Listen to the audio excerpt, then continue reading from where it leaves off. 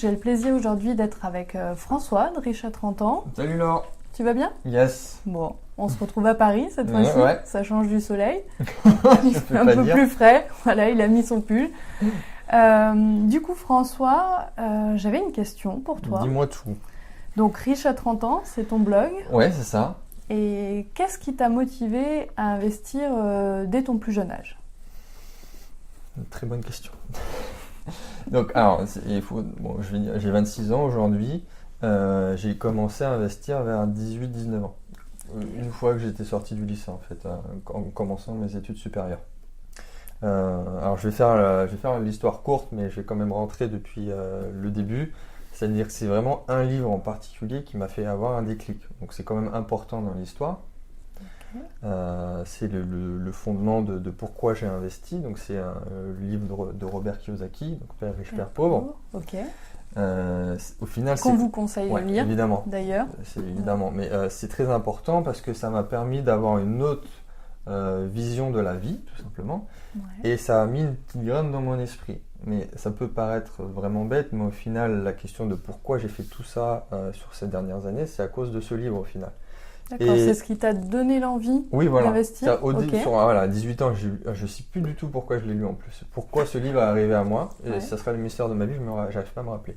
Mais du coup, je n'ai pas mis en place tout de suite des choses, mais c'est venu au fur et à mesure et j'ai commencé à investir. Parce que il y avait cette vision de liberté, de faire ce qu'on voulait dans la vie, d'être épanoui et de ne plus avoir de contraintes. Ok, donc c'est vraiment l'envie de liberté qui t'a poussé à investir. Oui, et surtout qui disait que c'était possible pour tout le monde et d'un temps assez court, en 5 ans par exemple. Si on alliait les deux piliers qui étaient l'investissement et la création de business, si on faisait les deux, on pouvait atteindre cet objectif en 4-5 ans. C'est pas grave si on fait un peu plus, mais, mais c'était possible. Et quand tu dis ça à 18 ans, bon, ça peut passer à travers pour certains, mais pour moi ça fait tilt. Et je rentrais à l'école d'ingénieur, mais au final, j'ai fait des choses en parallèle, on va dire. Ok, donc l'important, c'est de commencer à investir le plus tôt possible. Tu nous as parlé de 2 piliers, l'investissement, la création de business. Ouais. Tu as commencé par lequel ? Alors, ou par quoi tu as débuté à investir ? J'ai commencé par l'investissement.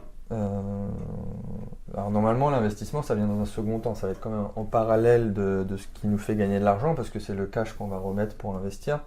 On peut commencer avec une toute petite somme pour investir, donc c'est pour ça que je l'ai fait tout de suite.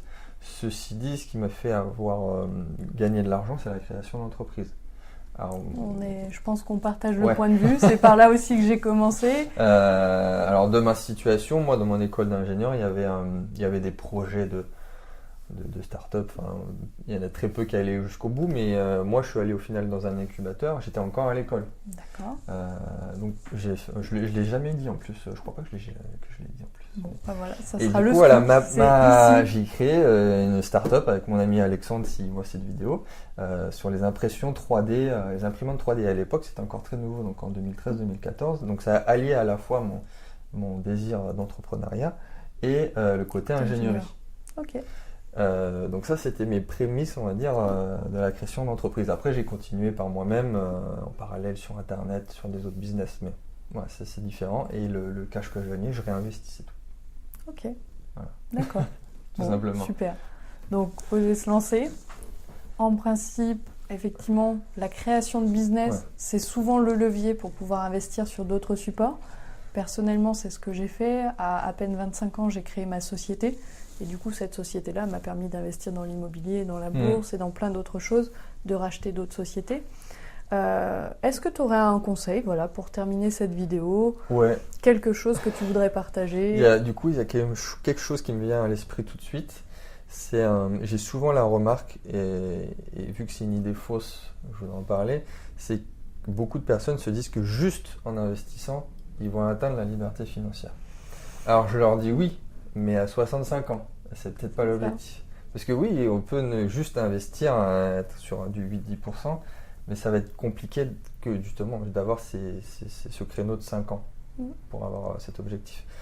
Et du coup, à un moment donné, il va falloir créer quelque chose par soi-même, apporter de la valeur et faire rentrer du cash dans la poche. pour investir, qu'on soit bien d'accord. Mais Bien sûr. juste investir, et quand je donne la réponse là, ça ne plaît pas à tout le monde, parce que si je leur dis qu'il faut 40 ans pour... il y aura l'effet de levier, il y aura la boule de neige qui va se former, mais ça sera dans 40 ans, quoi. Ouais, On donc, peut aller à la retraite avec 1 million d'euros, mais... c'est ça. Donc juste investir, c'est un petit peu comme si on était spectateur de sa vie. Il y a un moment, il faut créer pour pouvoir Oui. avoir un effet de levier Bah, plus c'est important. pour ça que j'ai les 2 piliers, ça se complète bien au final. Il y a certains qui font que l'investissement, qui oublient l'enrichissement, c'est comme ça que j'appelle ça. Il y en a qui font que l'enrichissement, qui oublient un peu l'investissement, c'est plus rare, mais ça existe. Et il faut faire les deux en même temps, c'est important. Ok, super. Bon, merci beaucoup. Bah, merci à toi. Merci et à très bientôt. Ciao.